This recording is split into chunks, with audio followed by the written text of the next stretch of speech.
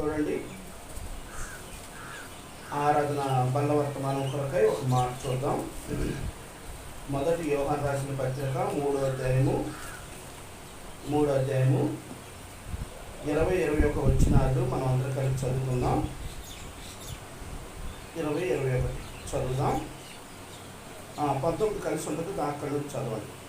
ఇందువలన మనము సత్య సంబంధము ఎరుగుదము, దేవుడు మన హృదయం కలిగినై సమస్తము ఎరిగి ఉన్నాడు కనుక మన హృదయము ఏ విషయంలో మన యందు దోషారోపణ చేయను, ఆ విషయంలో ఆయన ఎదుట మన హృదయము సమ్మతి పరుచుకుందును.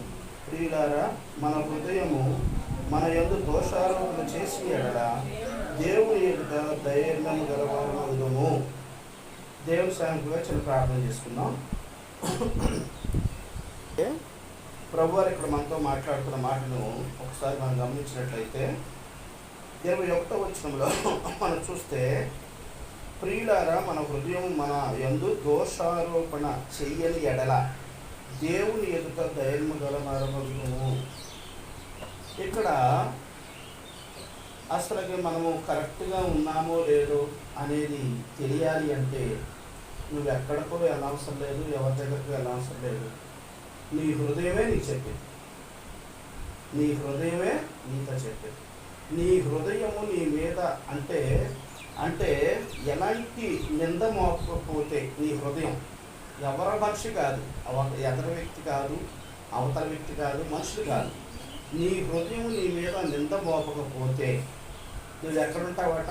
దేవుని ఎదుట ధైర్యముగా ఉంటావు. అందుకని ఈ రోజున ఈ విషయాన్ని మనం జ్ఞాపకం చేసుకునేటప్పుడు మన హృదయాన్ని మనం ఒకసారి పరిశీలన చేసుకొని ఆ పనిలో మనం చేయవేయాలని ప్రభుపేట మీరు మనం చేసుకున్నాం. ప్రియమైన దేవుని బిడ్డలారా, మన హృదయం మన యందు దోషారోపణ చేసి ఎడల చాలామంది ఏం చేస్తారంటే మన హృదయము ఒకసారి మనం గర్దిస్తుంటుంది. నువ్వు చేసే తప్పు, నువ్వు ఇది చేయకూడదు, ఈ పని ఎందుకు చేస్తున్నావు అన్నప్పుడు నీకేం తెలియదు అని మనం ఏం చేస్తాం, మన హృదయాన్ని నొక్కి పడతాం. ఏం కాదులే, చేసేద్దాం అని చేసేద్దాం. అప్పుడు మనము దేవుని ఎదుట నిలబడలేము, దేవుని సన్నిధానానికి రాలేము. అందుకని మన హృదయంలో మన యందు దోషారోపణ చేసిన ఎడల, మనం చెయ్యని ఎడలైతే చేయకుండా ఉంటే దేవుని దగ్గర నిలబడతాం. చేస్తే దోషారోపణ చేస్తే మాత్రము దేవుని దగ్గర ఎంత మాత్రం కూడా నిలబడేవారిగా మనం ఉంటాం. అందుకనే ఎవరికి వారే బల తీసుకునేటప్పుడు మన హృదయాన్ని మనస్ఫూర్తిగా మౌనంగా 2 నిమిషాలు కళ్ళు మూసుకొని, నీ హృదయము నీతో ఏమైనా చెబుతుందా, దోషారోపణ చేస్తుందా, ఏ విషయంలోనైనా మరి ఇలా చేస్తున్నావు నువ్వు అని నేను గద్దిస్తుందా? గద్దిస్తే మనం ప్రభు బల దగ్గరకు వచ్చే మనం ఏం చేయాలంటే సరి చేసుకోవాలి. సరి చేసుకొని ఆ బలలో మనం చేయవేసేవారిగా ఉండాలి. అప్పుడు దేవుడు సన్నిధిలో మనము నిర్దోషులుగా ధైర్యంగా ఆయన ఎదుట నిలబడేవారిగా మనం ఉంటాం. దాని కొరకు ఒక 2-3 వచనాలు చూడండి. మరి ఈ యొక్క రోమీయులకు రాసిన పత్రిక 8:1 వచనంలో ప్రభు వారు ఏం చెప్తున్నారంటే, 8వ అధ్యాయము 1వ వచనం ఒక మాట చూడండి.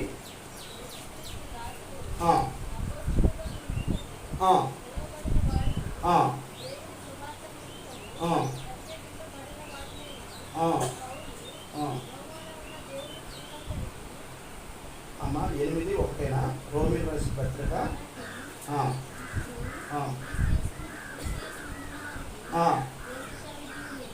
చాలా. కాబట్టి ఇప్పుడు క్రీస్తు యేసునందు వారికి ఏ శిక్ష విధియలేదు. ఇప్పుడు ఎవరైతే క్రీస్తు యేసునందు ఉన్నవారుగా ఉంటున్నారో వారికి ఏ శిక్ష విధి లేదు. ఎందుకంటే వారి హృదయాన్ని పరిశీలన చేసుకున్నారు. వారి హృదయం ఏదైతే దోషారోపణ చేస్తుందో దానన్నిటి కూడా ఒప్పుకున్నారు ప్రభు దగ్గర. ప్రభు రక్తంతో కడగబడ్డారు, పరిశుద్ధంగా ఉన్నారు కనుక ప్రభు వారు ఇక్కడ చెప్పే మాట ఏంటంటే, కాబట్టి ఇప్పుడు క్రీస్తు యేసునున్న వారికి ఏ శిక్ష విధియో, ఆయన ఎందున్న ప్రతి బిడ్డ కూడా ఏ శిక్ష విధి లేదు. రేపు పొద్దున నరకానికి వెళ్తామనే భయం అనేది ఉండనే ఉండదు. ప్రియమైన దేవుని బిడ్డారా, అంతేకాకుండా హెబ్రీయులకు రాసిన పత్రిక ఇంకో మాట చూడండి. హెబ్రీయులకు రాసిన పత్రిక 10వ అధ్యాయము 22 చదువునానా? 10:22. ఆ, ఉమ్, ఆ, ఆ, ఆ, ఆ. అది మనస్సాక్షి కల్మషము తోసుకున్నట్లు ప్రోక్షించబడిన హృదయమును గలవారమును. చూడండి ప్రియమైన దేవుని బిడ్డారా, మన మనస్సాక్షి కల్మోషం తోసుకున్నట్లు, మన మనస్సాక్షి మన దగ్గర సాక్ష్యము మరి చెప్పేదిగా ఉంటుంది. అందుకనే మనము ఒక ఒక సహోదరుడు నా దగ్గరకు వచ్చాడు. అన్న మీరు బల్ల ఏ రోజు ఇస్తారన్నా అని అడిగాడు నన్ను. అడిగితే తమ్ముడు మరి ప్రతి ఆదివారం తీసుకుంటామని తమ్ముడు అన్న. ప్రతి ఆదివారమా? ఎలా తీసుకుంటారు? ఎంత నిష్ఠగా ఉండాలి, ఎంత ఉపవాసం ఉండాలి, మరి కరెక్ట్గా ఉంటేనే తీసుకోవాలి కదన్నా అది దాన్ని. అలాగే ఉంటాం తమ్ముడు, అలాగే ఉండే మేము బలలో చేవేస్తాం ప్రతి వారం. అందుకని మా సంఘంలో కొద్ది మందే ఉంటాం, కానీ ఎలా ఉంటాం? ఖచ్చితంగా ఉంటాం. ఎక్కువ మంది నుండి పైన భక్తితో చేసేవాళ్ళు ఉంటారు తమ్ముడు, యథార్థంగా ఉండేవాళ్ళు ఖచ్చితంగా ఉంటాము అని క్లియర్గా చెప్పాను. అవునన్నా, బలలో చేయడం ఆదివారం మంచిదన్నా, మేము నెలలు అది ఇస్తారన్నా అదిగా చెప్పి. ప్రియమైన దేవుని బిడ్డలారా, నిజంగా ప్రతి వారం కూడా బలలో చేయటం అంటే మామూలు విషయం కాదు. దేవుని యొక్క శరీరము ఆయన రక్తం తీసుకోవటం అంటే మామూలు విషయం కాదు. మన మనస్సాక్షి ఎలాగ ఉండాలంటున్నారు ఇక్కడ ప్రభు ఏం చెప్తున్నాడు? కల్మషము. చూడండి, అందుకనే నీవు నేను మన అందరం కూడా ఇక్కడ ప్రభు వారు చెప్తున్నారు, మన మనస్సాక్షికి కల్మషము తోసుకున్నట్లు చూడండి, ప్రోక్షింపబడిన హృదయమును గలవారమును నిర్మూలమైన ఉదకముతో స్థానము చేసిన శరీరమును గలవారమునై ఉండి విశ్వాస విషయములో సంపూర్ణ నిశ్చయత కలిగి యథార్థమైన హృదయముతో మనము దేవుని సన్నిధిలో సన్నిధానములకు ఎక్కడికి వెళ్తాం? చేరుతాం. అది అర్థమైందండి. అందుకని హెబ్రోన్ సంఘంలో ఎక్కువ మంది జనం ఉండరు. ఎందుకంటే మన దగ్గర అంతా కట్టుబాట్లు అంతా పర్ఫెక్ట్గా ఉండాలి, అది ఖచ్చితంగా ఉండాలి. ప్రతి వారం కూడా మనము పరీక్షించబడటానికి, సరిచేయబడటానికి, మరి మన పాపాలు ఒప్పుకోవటానికి వర్తమానాలు ఉంటాయి. అంతేగాని దేవునిలో ఆశీర్వాదాలు కొమ్మరించడం ఇవన్నీ కూడా మన దగ్గర తక్కువ ఉంటాయి. ఎందుకంటే ముందు మన హృదయం పరిశుద్ధంగా ఉంటే మనం ఎక్కడ ఉంటాం? దేవుని యొక్క సన్నిధానంలో ఉంటాం. లేకపోతే ఈ లోక సంబంధమైన ఆశీర్వాదాలు పొందుకొని నరకానికి వెళ్ళేవారిగా ఉంటాం. అందుకనే హెబ్రోను సంఘంలో ఎక్కువ మంది ఉండరు. ఉన్నవారు మాత్రం ఖచ్చితంగా ఉంటారు. వారందరూ కూడా ఎక్కడికి వెళ్తారు? రేపు పొద్దున పరలోక రాజ్యానికి ఖచ్చితంగా వెళ్తారు. ప్రియమైన ఏమంటారు? అందుకని ఇక్కడ ప్రభువారు చెప్తున్న మాట మనం గమనించినట్లయితే చక్కని మాట. ప్రభువారు మన మనస్సాక్షి కల్మషం తోసుకున్నట్టు మన మనస్సాక్షి మన మీద దోషారోపణ చేస్తే ఆ బలలో మనం చేయకూడదు. ప్రభువా నన్ను క్షమించండి, నేను ఫలానా విషయంలో నా హృదయం గర్దిస్తుంది ప్రభా, నేను ఈ తప్పు చేశాను, నన్ను క్షమించు ప్రభా, నేను సరిచేయబడతాను ప్రభా. ప్రభు దగ్గర మనం ఒప్పుకోవాలని ప్రభు పెట్టని. ఒకవేళ అలా ఒప్పుకున్నట్లయితే సంపూర్ణ విశ్వాస నిశ్చయతో యథార్థ హృదయంతో దేవుని సన్నిధానంలోకి చేరేవారు ఉంటారు. దేవుని యొక్క సన్నిధానంలో నీవు నేను ఉంటాం. ఎంత గొప్ప ధనిక ఇచ్చాడో చూడండి దేవుడు. అలాగే చూడండి, ఈ యొక్క నిశ్చయిత కలిగిన వారు ఎలా ఉంటారంటే సాంఖ్య గ్రంథము 28:1 వచనంలో ప్రభు వారు ఇక్కడ చెప్తున్నారు. చూడండి, 28:1 వచనం, సాంఖ్య గ్రంథం 28:1.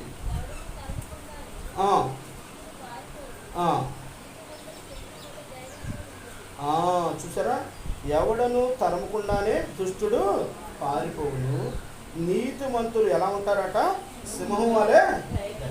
వారు దేనికి భయపడరు. సింహం ఎదురు పడితే అవి పక్కకి వెళ్ళాల్సిందే, కానీ జంతువులు సింహం వెళ్దాం. సింహానికి ఎదురొచ్చే పక్కకి వెళ్ళిపోవాల్సిందే. దాని శబ్దం విని దాక్కోవాల్సిందే ఎవరైనా సరే. అది సింహము అడవికి రాజు. అందుకనే సింహాలు ఎలా ఉంటాయి అంటే నీతిమంతులు సింహం వలె ధైర్యంగా ఉంటారట. వాడు ఏ విషయంలో భయపడరు, ఏది వచ్చినా సరే ధైర్యంగా ఎదుర్కొంటారు.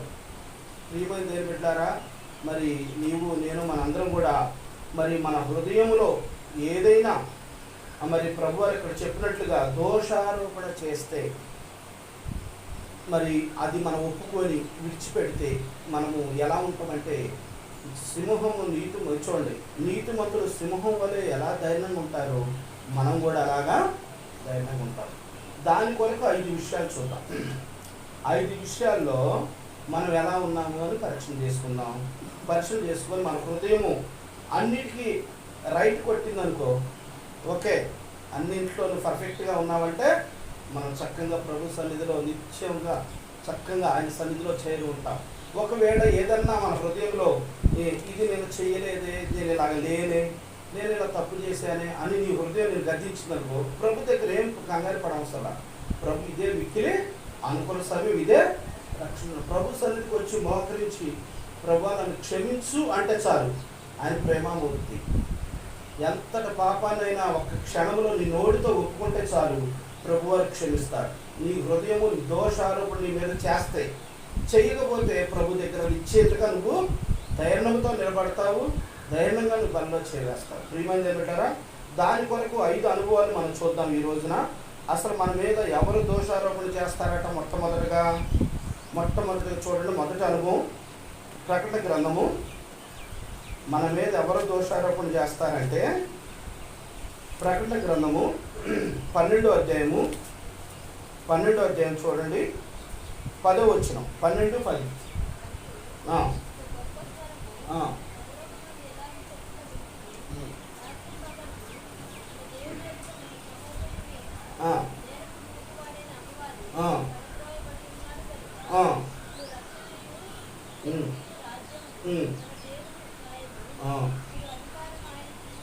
అది మొట్టమొదటిగా మన మీద దోషారోపణ చేసేది ఎవరంటే అపవాది.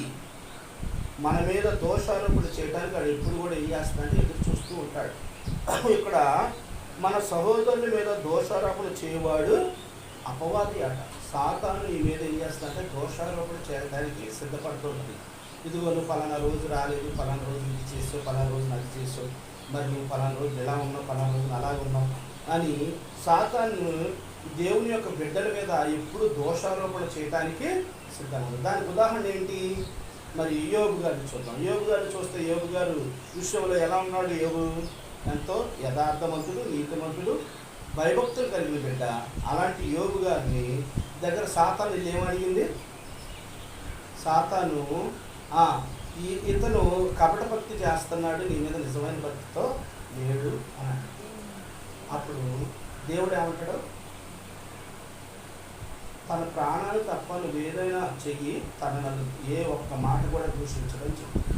ప్రియమైన దేవుడారా, సాతాను తన ప్రాణం తప్ప అన్ని రకాలుగా కష్టపెట్టింది.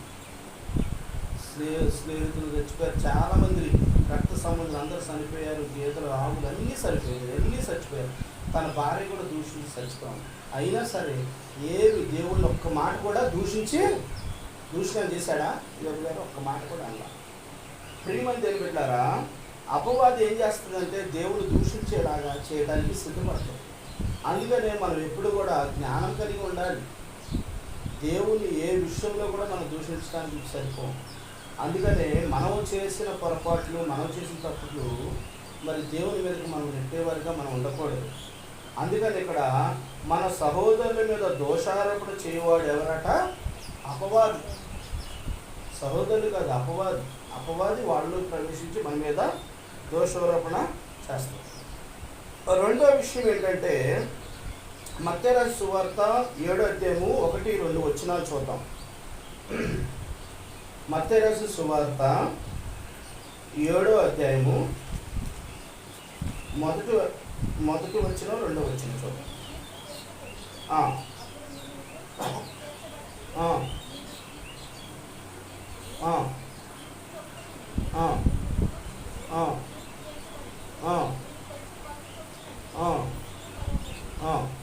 చాలా ఇక్కడ రెండో అనుభవం ఏంటంటే తీర్పు తీర్చవద్దు. మనం ఎవరినే తీర్పు తీర్చకూడదు. నువ్వు అలాగా, నువ్వు ఇలాగా, నువ్వు అది చేస్తున్నావు, నువ్వు ఇది చేస్తున్నావు అని అనొద్దు. ఆ తీర్పు తీర్చేది ఎవరట? అది దేవుని హక్కు అట. దేవుడికే అది వదిలేయాలి. మనం ఎవరి మీద నింద మోపకూడదు, ఎవరిని కూడా మనం తీర్పు తీర్చకూడదు. ఆ తీర్పు తీర్చేది ఎవరు? దేవుని మీదే ఉండాలి మన అధికారం. అందుకని మీరు తీర్పు తీర్చవద్దు అని ప్రభువారు స్పష్టంగా అందులో మీరు తీర్పు తీర్చబడి అప్పుడు మిమ్మల్ని కూర్చి తీర్పు తీర్చబడు. మీరు తీర్పు చొప్పుననే మిమ్మల్ని కూర్చి తీర్పు తీర్చబడును. మీరు కొలుచు కొలత చొప్పున అది అర్థమైందండి. ఒకవేళ మనం ఆ వ్యక్తిని పొరపాటున తీర్పు తీర్చామనుకోండి, ఆ తప్పు నీ మీదకే వచ్చేదిగా ఉంటుంది. అందుకని తొందరపాటున ఏ వ్యక్తిని కూడా మనం కంటితో చూడకుండా ఏ వ్యక్తిని కూడా తీర్పు తీర్చకూడదు. మనం చాలా జ్ఞానం కలిగి ఉండాలి. అది దేవుడితో వదిలేయాలి, దేవుడే చూసుకుంటాడని దేవుడి మీద భారం వేయాలి తప్ప మనం ఎప్పుడు కూడా తీర్పు తీర్చే పనిలో మనం ఎప్పుడు ఉండకూడదు. అందుకనే రోమా 2:1 తీర్పు గురించి ప్రభువారు ఒక మాట చెప్తారు. చూడండి, రోమా 2:1 ఒక మాట చూడండి.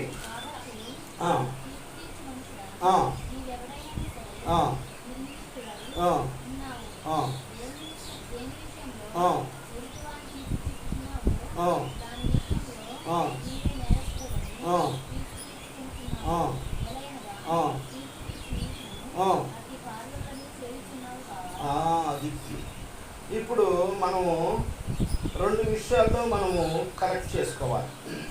దోషారోపణ మన హృదయం మీద దోషారోపణ చేస్తున్నా చూడాలి. ఒకటి, మరి ఎవరు మన మీద దోషారోపణ చేస్తున్నారు? మనుషులు కాదు, అపవాది. ఒకవేళ మనుషుల మీద మనం పెట్టుకొని ఉన్నామేమో మన దేవుడి దగ్గర క్షమాపణ అడగాలి. రెండోది, తీర్పు తీర్చే విషయంలో నువ్వేమన్నా తీర్పు తీరుస్తున్నావేమో ఒకసారి ప్రభు దగ్గర క్షమాపణ అడిగి, ప్రభు ఆ తీర్పు నీకే చెప్తున్నాను, నువ్వే ఆ విషయంలో మాకు సహాయం చేయని ప్రభు దగ్గర మనము ప్రార్థన చేసినప్పుడు ప్రభు మనకి సహాయం చేసేవారు ఉంటారు. మనకు మనమే ఆ శిక్ష మన మీద వేసుకున్న వారు అవుతాం. అందుకనే ప్రియమైన దేవుని బిడ్డలారా, ఎవరిని గురించి కూడా మనం తీర్పు తీర్చకూడదు. ఇది చాలా ప్రాముఖ్యమైన విషయం. తర్వాత 3వ అనుభవం చూద్దాం. చూడండి, 3వ అనుభవంలో మరి నిర్గమకాండము 20వ అధ్యాయం చూద్దాం. నిర్గమకాండము 20వ అధ్యాయంలో ప్రభువారు ఒక మాట చెప్తున్నారు. నిర్గమకాండము 20వ అధ్యాయము 16 చదువున్నాను.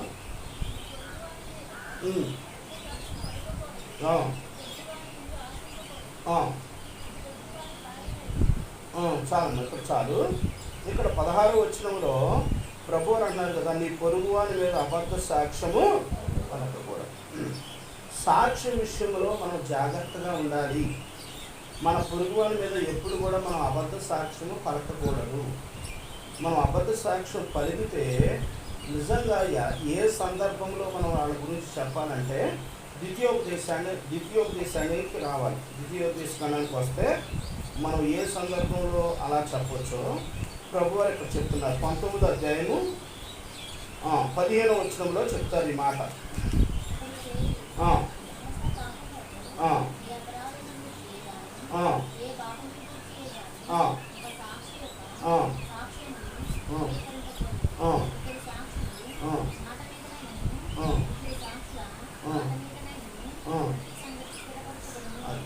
ఇప్పుడు ఒక వ్యక్తి మీ దగ్గరకు వచ్చి ఫలానా అక్క కరెక్ట్గా లేదని నీతో చెప్పినప్పుడు నువ్వు వెంటనే నమ్మకూడదు, వెంటనే డిసైడ్ చేసుకోకూడదు. అరే అక్క ఎలాగా, అక్క నాకు చెప్పింది అని నువ్వు డిసైడ్ చేసుకోవాలి. ఒక అన్న మీద ఎవరైనా నిందపోపి అబద్ధ సాక్షులు చెప్పినప్పుడు అక్క నాకు చెప్పిందా, అందుకే అక్క నేను సరిగ్గా మాట్లాడను, సరిగ్గా కలిసి ఉండను అని అనుకోండి. అబద్ధ సాక్షి విషయంలో జాగ్రత్తగా ఉండాలి. ప్రతి వ్యక్తి కూడా జాగ్రత్తగా ఉండాలి. ప్రియమందిలో నీకు ఒకవేళ నువ్వు ఆ వ్యక్తిని నమ్మాలి అంటే 2-3 చెప్పాలి సాక్ష్యం. 2-3 కూడా కరెక్ట్ నమ్మకస్తులై ఉండి వారు సాక్ష్యం చెప్తేనే మనం ఆ విషయంలో ఆలోచించాలి తప్ప మనం తొందరపడి నిర్ణయం తీసుకుని అవతల వ్యక్తిని అబద్ధ సాక్ష్యం విషయంలో మనం పొందకూడదు. ఒకసారి నేను నా జీవితంలో జరిగిన సంఘటన, సంతోష్ అన్నని మీకు తెలుసుగా, సంతోష్ అన్నని తుమ్మిలో ఉండేవాడు. ఇక్కడ మనకు కూడా వచ్చి వాక్యం చెప్పాడు. అన్నది వారికి ఇక్కడే ఉన్నారు వంటిలో. అన్న దగ్గర మేమిద్దరం బస్సులో వెళ్తుంటే ఏదో సందర్భం వచ్చింది. ఒక బ్రదర్ గురించి మాట్లాడుతున్నాం. ఆ బ్రదర్ గురించి ఏమన్నాడు తెలుసా అన్న? ఖచ్చితంగా చెప్పాడు, బ్రదర్ ఆ విషయం నా దగ్గర చెప్పొద్దు బ్రదర్ అని. చెప్పొద్దు బ్రదర్. నాకు వెంటనే చాలా ఇదనిపించింది. ప్రియమైన ఏంటంటారా, మనం ఈ యొక్క సాక్ష్య విషయంలో జాగ్రత్తగా ఉండకపోతే మనం కూడా మన హృదయ మరి దోషారోపణ చేసేదిగా ఉంటుంది. అందుకని మనం చాలా జాగ్రత్తగా ఉండాలి. నీ పొరుగు అని మీద అబద్ధ సాక్ష్యం పడకూడదు. ఒకవేళ వాళ్ళు చెప్పినా వినకూడదు. వాళ్ళ గురించి నువ్వు చెప్పొద్దనాలి. నాకు వద్దు బ్రదరు, ఆ విషయాలు నాకు చెప్పమాకంటే, దేవుని గురించి మాట్లాడుకుందాం అనంటే తప్ప ఆ అక్క గురించో అన్న గురించో ఆ చెల్లి గురించి చెప్పుకుంటే వద్దు బ్రదరు, నా దగ్గర చెప్పొద్దు, మన దేవుని గురించి మాట్లాడుకుందాం. ఇక అలాగ ఉండాలి తప్ప మనం ఎప్పుడు కూడా సాక్షి విషయంలో జాగ్రత్తగా లేకపోతే దేవుని దగ్గర మనము నిజాయితీగా నిలబడలేము. రేపు పొద్దున దోషారోపణ మన హృదయం చేస్తుంది. ఇది జాగ్రత్తగా ఉండాలని ప్రభు పేరట మీకు మనం చేస్తున్నాను. తర్వాత 4వ అనుభవాన్ని చూద్దాం. చూడండి, 4వ అనుభవం కూడా మత్తయి రాసిన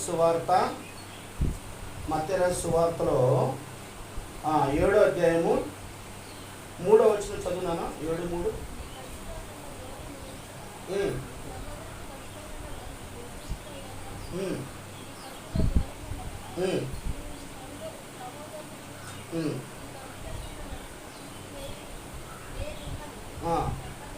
చాలా ఇక్కడ చూసారా, ఒకటి నీ కంటిలో ఉన్న దూరమును ఎంచక.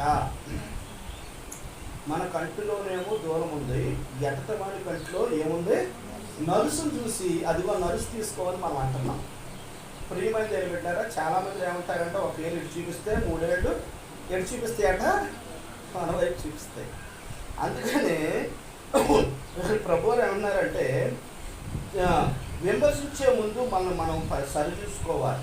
ఎదట వ్యక్తిని విమర్శించే ముందు మనం ఏం చేయాలంటే సరి చూసుకోవాలి. విమర్శించడానికి యోగ్యులమా కాదా, ఆ వ్యక్తి గురించి మనం విమర్శించగలమా అనేది మనం సరి చూసుకోవాలి. అందుకని మన కంటిలో ఉన్న దూరం తీసుకోకుండా ఎదట వ్యక్తి కంటిలో ఉన్న నలుసు గురించి నీకు ఎందుకు?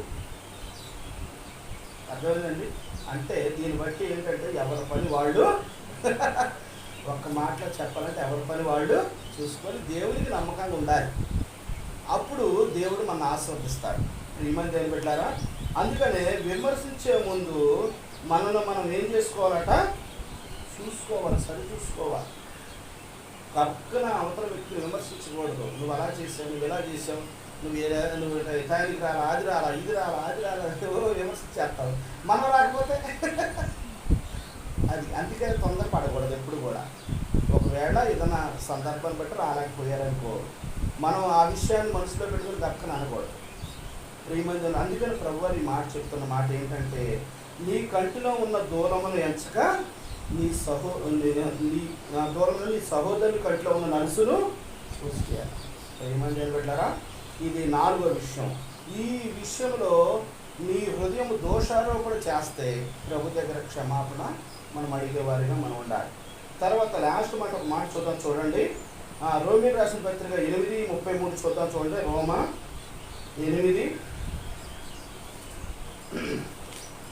8వ అధ్యాయము 33వ వచనం.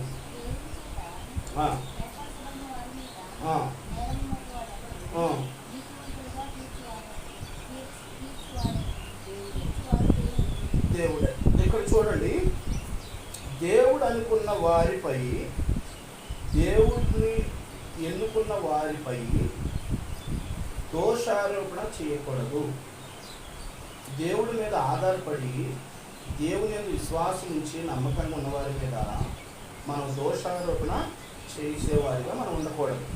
అందుకని ఇక్కడ ప్రభువు ఏమన్నా, దేవుడు ఏర్పరచుకున్న వారి మీద నేరము మోపువాడెవడు, నీతిమంతులుగా తీర్చువారు దేవుడే కదా అని ప్రభువారు ఇక్కడ స్పష్టంగా మనతో మాట్లాడుతూ వస్తున్నారు. ప్రియమైన దేవుని బిడ్డలారా, ఈ రోజున నీవు నేను మనందరం కూడా 33వ వచనంలో దేవుని చేత ఏర్పరచుకునే వారి మీద నేరము మోపకూడదు.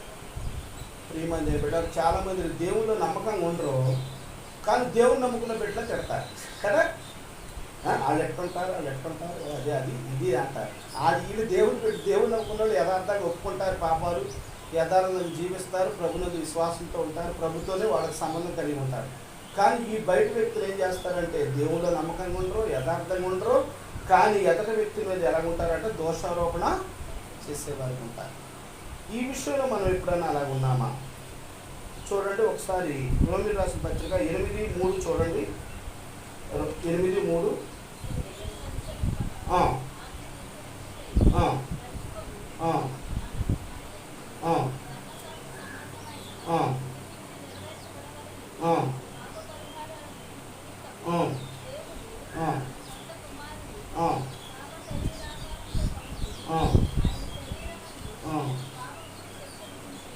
చాలు. ఇక్కడ చూస్తే శరీరమును అనుసరింపక ఆత్మను అనుసరించి నడుచుకొనుచు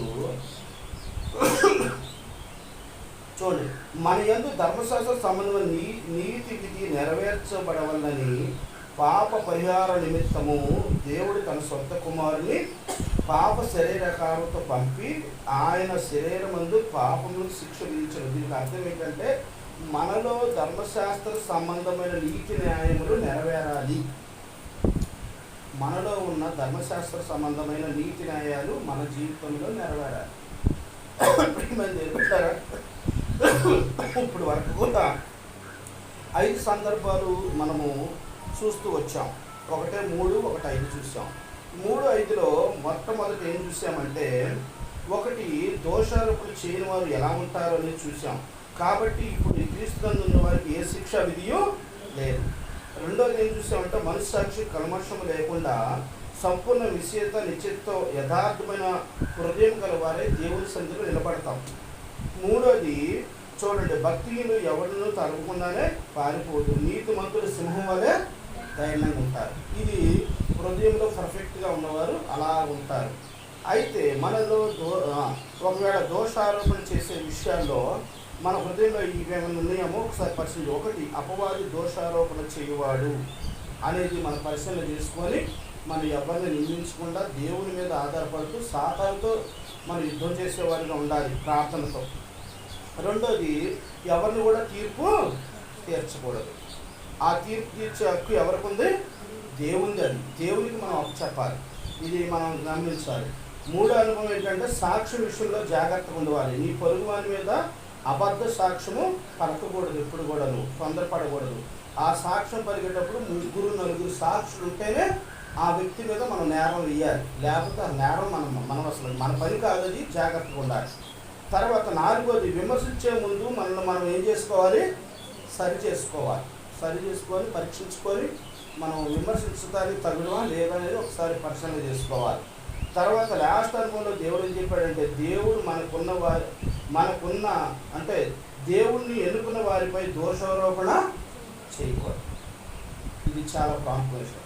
తర్వాత లాస్ట్లో ఒక కథ చెప్తాను. ఈ కథ చెప్పుకొని మనము వాక్యాన్ని ముగించుకుందాం. మనం ఖచ్చితంగా పాదుకుంటున్నాం ఇది గెలిపాలి. ప్రియమైన దేవుని బిడ్డలారా, ఒక గురువు దగ్గరకు ఒక శిష్యుడు వచ్చాడు. ఒక శిష్యుడు వస్తే ఆ శిష్యుడు ఏమన్నాడంటే, చాలా ఇబ్బందుల్లో, ఇరుకుల్లో, కష్టాల్లో ఉన్నాడు, శోధనలో ఉన్నాడు. అయ్యా గురువుగారు, మరి మీరు నాకు ఒక సలహా ఇవ్వాలండి అంటే, అయ్యా నేను ఉచిత సలహా ఇవ్వను అయ్యా అన్నాడు. మనం కూడా ఏం చేయాలి, ఏం చేయకూడదు? ఉచిత సలహాలు ఇవ్వకూడదు. ఎవరు పడితే వాళ్ళకి నువ్వు అది చేసుకొని ఇది చేసుకొని అనకూడదట. ఒక బ్రదర్ అన్నాడు, ఎవరిని కూడా పెళ్లి చేసుకోమని కానీ యుద్ధానికి వెళ్ళమని కానీ మనం చెప్పకూడదట ఎవరిని. వాళ్ళంతకు వాళ్ళే సిద్ధపడితేనే మనం ముందుకు వెళ్ళాలి. అర్థమైందండి? పెళ్లి గురించి, యుద్ధాల గురించి, పెళ్ళైనా యుద్ధం అయినా సర్దుకోవటమే కాదు, ఈ 2 ఒకటే. ప్రియమైన దేవుని బిడ్డలారా, అయితే ఈ యొక్క గురువు గారి దగ్గరికి వచ్చిన శిష్యుడు ఏమన్నాడంటే, అయ్యా మరి నాకు మంచి సలహా ఇవ్వాలి మీరు, నేను చాలా ఇబ్బందుల్లో ఉన్నానంటే. సలహాకే 100 రూపాయలు అవుతాయ్యా అన్నాడు. అలాగయ్యా 100 ఇస్తాను చెప్పండి అంటే, మొదటి సలహా ఏంటంటే, నీకంటే పేదవాడు గొప్పవాడు అయితే అతని మీద నువ్వు అతన్ని తక్కువ చేసి మాట్లాడకూడదు. మొదటి సలహా ఏం చేయకూడదు? నీకంటే పేదవాడు గొప్పవాడు అయిందనుకో, ఉన్నతమైన స్థితిలోకి వెళ్ళాడు, రాజకీయాల్లోకి వెళ్ళాడు, మంచి అంతస్తులు సంపాదించుకున్నాడు, పొలాలు ఆస్తులు సంపాదించుకొని చాలా డబ్బు సంపాదించాడు, పేరు ప్రతిష్టలు సంపాదించాడు. అలాంటి వ్యక్తిని నువ్వు అందరి ముందర ఎట్రా అనకూడదు, గౌరవించి మాట్లాడాలి. అర్థమైందండి? ఆ గురువు గారు మొట్టమొదటి 100 రూపాయలు తీసుకుని ఏం చెప్పాడు సలహా? ఉచిత సలహాలకి తగ్గవండి, ఉచిత మందులకి. అందుకని గవర్నమెంట్ హాస్పిటల్లో అందరు నంబరు. ఉచితంగా మందులు వస్తాయి కనుక ఉచిత క్యాంపులు కూడా అందరు నంబరు. అర్థమైందండి, డబ్బు ఎత్తేనే విలువ. అందుకనే ఈ గురువు గారు కూడా ఆ శిష్యుడు అన్నట, అయ్యా 100 రూపాయలు ఇచ్చావు కదా, ఇదిగో ఈ సలహాను పాటించాలి. లోకంలో నీకంటే పేదవాడైనవాడు గొప్పవాడుగైతే అతన్ని నువ్వు గౌరవించి మాట్లాడాలి. ఒకవేళ అతడు నీకంటే తక్కువవాడే కానీ ఉన్నతమైన స్థితికి ఎదిగాడు కనుక రవి అనుకో, రవి గారు అని మాట్లాడాలి. గారు అని మనం సంబోధించాలి 10 మందిలో ఉన్నప్పుడు. అతనే ఒకవేళ నీతో సన్నిహితంగా ఉండి ఎరారా అని అన్ననుకో, మళ్ళీ కలిసిపోయి మాట్లాడుకోవచ్చు. మీరు ఇద్దరు ఉన్నప్పుడు 10 మందిలో ఉన్నప్పుడు మనం ఏం చేయాలి? అతని వ్యక్తిని గౌరవించాలి. ఇది మొదటి సలహా. ఎన్ని వందలో 100 ఇలా 200 చూద్దాం. ఈ 200కి సలహా ఏమిచ్చాడంటే గురువుగారు, 200 ఇమ్మంట. ఇంకో సలహా ఇదయ్యా గురువుగారు అంటే, సరే ఇంకో 100 ఇమ్మంట. ఏమన్నంటే, ఇతరుల రహస్యాలు ఎప్పుడు కూడా నువ్వు బయట పెట్టకూడదు. వేరే వాళ్ళు నీ దగ్గర చెప్పినప్పుడు వాటిని పట్టించుకోకూడదు. రెండో సలహా ఏంటి? ఇతరుల రహస్యాలు ఎప్పుడు నువ్వు బయట పెట్టకూడదు. ఎలాంటి వ్యక్తుల గురించి అయినా వాళ్ళ రహస్యాలు నువ్వు అవతల వ్యక్తికి చెప్పకూడదు. చెప్పినా నువ్వు వినకూడదు. ఎన్నో వంద సలహా ఇది? 200. గుర్తుపెట్టుకోవాలి మీరు, నేను మర్చిపోతా. అర్థమైందండి? మనము ఈ లోకంలో ఉన్నప్పుడు ఈ విధంగా మనము ఖచ్చితంగా మనం ఉంటేనే జీవితంలో మనం ముందుకెళ్తాం, దేవుని యొక్క రాజ్యాన్ని వారసులు అవుతాం. చూడండి, ఎదట వ్యక్తి రహస్యాలు మనం ఏం చేస్తామంటే, ఖాళీ ఉంటే ఒక 2-3 అక్కడ కూర్చొని మాట్లాడిన తర్వాత వాళ్ళ ఫ్రెండ్ అంటున్నాడు, వాళ్ళ నాన్నగారు ఫోన్ చేసి అంటున్నాడు, నువ్వు అక్కడి నుండి రామాకు, వస్తే ఆ నలుగురు నీ గురించే మాట్లాడుకుంటారు, నువ్వు అక్కడే ఉండంట. అర్థమైంది? 4-5 అక్కడ ఉన్నారు, మాట్లాడుకుంటున్నారు. ఒకవేళ ఒక వ్యక్తి పని ఉండి వెళ్ళిందనుకో, ఆ వ్యక్తి గురించి తప్పుగా మాట్లాడుకుంటుంటారు. అర్థమైందండి? అది ఎప్పుడు కూడా మన దగ్గర ఉండకూడదు. అందుకని ఇతర రహస్యాలు ఎప్పుడు బయట పెట్టకూడదు. అది మనసులో పెట్టుకోవాలి. తర్వాత ఇవన్నీ డబ్బులు ఇచ్చి కొనుక్కున్నాయి, మిగిలినే వస్తున్నాయి, జాగ్రత్త. వేరే వాళ్ళు నీ దగ్గర చెప్పినా నువ్వు వాటిని పట్టించుకోవద్దు. పలానా అక్క ఎలా, పలానా అన్న ఎలా, పలానా తమ్ముడు ఎలా అంటే వదిలేసేయి, అసలు పట్టించుకోవద్దు. ఆ వ్యక్తిని ఆ మాట చెప్పిన ప్రకారంగా నువ్వు ఆ వ్యక్తిని తక్కువ చేసావనుకో, రేపొద్దున నష్టపోతావు చెప్పుడు మాట్లాడటం వల్ల. ఇది చాలా ప్రాముఖ్యమైనది. తర్వాత ఇంకొక సలహా అడిగాడు గురువుగారిని ఆ శిష్యుడు. అప్పుడు ఏమి ఇవ్వాలి ఇతను? ఇంకో 100 ఇవ్వాలి. 100 తీసుకున్నాడు. పనివాడు చేసే పని పనివాడికే చెప్పు, నీ సమయాన్ని వృధా చేసుకోవద్దు. ఏం చేయాలి? పనివాడు చేసే పని పనివాడికే చెప్పు, నీ సమయాన్ని వృధా చేసుకోకూడదు. మనం ఏం చేస్తామంటే పనులు పెట్టుకుంటాం, ఊరికినే ఏదన్నా ఊరికి అన్న కోపడమాకండి. ఇప్పుడు టాపిక్ వర్క్ ఉందనుకోండి, మనం కూలోళ్ళను పెడతాం. పెట్టిన తర్వాత మనకు ఉత్సాహం ఎక్కువైపోతుంది. ఇటుకలో కూలోడు అందిస్తుంటాడు, మనం కూడా చెప్తుంటాం గబగబా. అది ఎవరు చేయాల్సిన పని? నీవు ఆ సమయంలో ఇంకో పని చేయొచ్చు. ఆ సమయంలో నువ్వు ఇంకో పని చేయొచ్చు. నీవు డబ్బులు ఎలా, ఏంటి, మరి దేన్ని ఎలా కడితే బాగుంటుంది, ఏ సిమెంట్ లేదా ఏంటి, ఎలా ప్లాన్ చేయాలి, అవన్నీ చేసుకోవచ్చు. కానీ నువ్వు చెయ్యని పనిని నీ నెత్తి మీద వేసుకొని నువ్వు చెయ్యొద్దు. అర్థమైందండి? పనివాడు చేసే పని పనివాడికే చెప్పు, ఈ సమయాన్ని వృధా చేసుకోవద్దు అంటాం ఆ గురువు గారు.